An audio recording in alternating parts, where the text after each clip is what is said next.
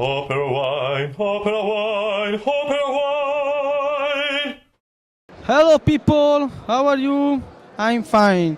Is Sandrone Luciano is a traditional identity Barolo from Piemonte. With me, Barbara Sandrone.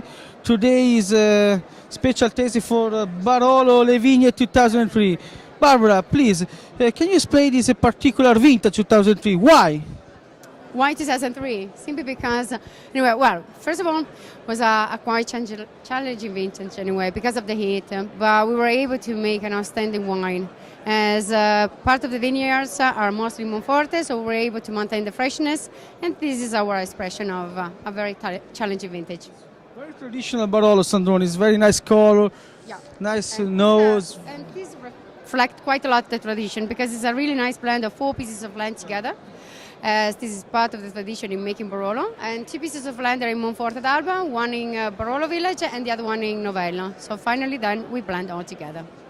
It's wonderful nose, very nice balance between the nose and the mouth, the tone of the taste, the fruit and the spice.